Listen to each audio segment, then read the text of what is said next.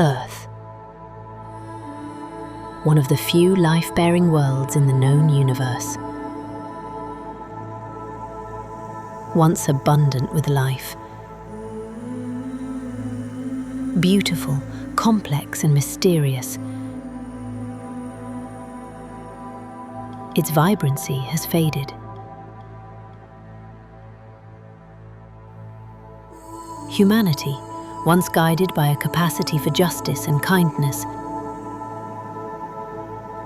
turned inward, driven by the pursuit of accumulation, consumed by its own ascent.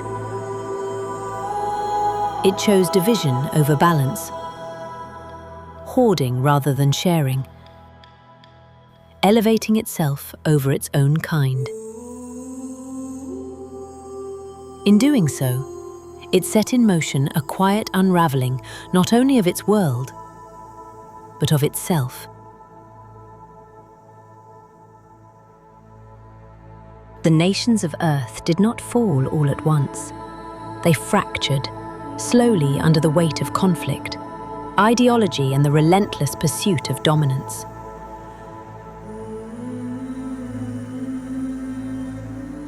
Wars were not only fought with weapons, but with information, with engineered scarcity, with the quiet erosion of truth itself.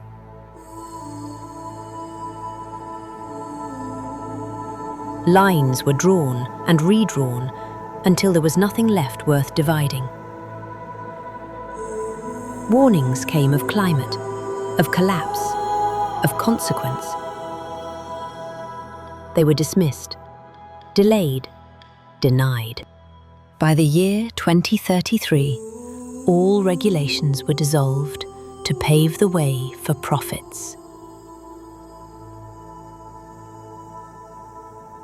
Pollutants moved freely through air, water, and soil. The air grew dense and the waters warmed. Oceans that once sustained life became vast, silent expanses. Soils failed, crops weakened, harvests diminished, season after season, until collapse was no longer avoidable. What once fed billions could no longer sustain even a fraction. By 2039, all consumption-related seeds were engineered for yield, not renewal. Harvested once, but unable to sustain life beyond their design, corn, wheat, and soy became controlled commodities.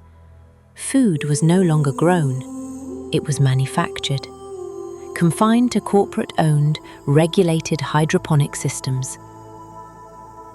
Survival itself became a privilege. By 2047, those with financial means left. First to the moon, and then on to Mars, carrying with them the resources to begin again. Mars is governed by an unelected conclave known as the Superior. Its allegiance to those who possess the greatest wealth, from which all status, privilege, and survival are derived. Those left behind inherited a dying world. But they did not disappear.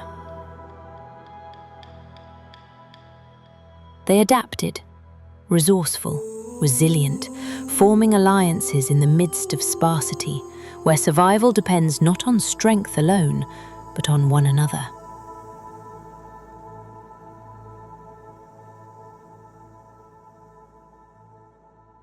And this is where our story begins.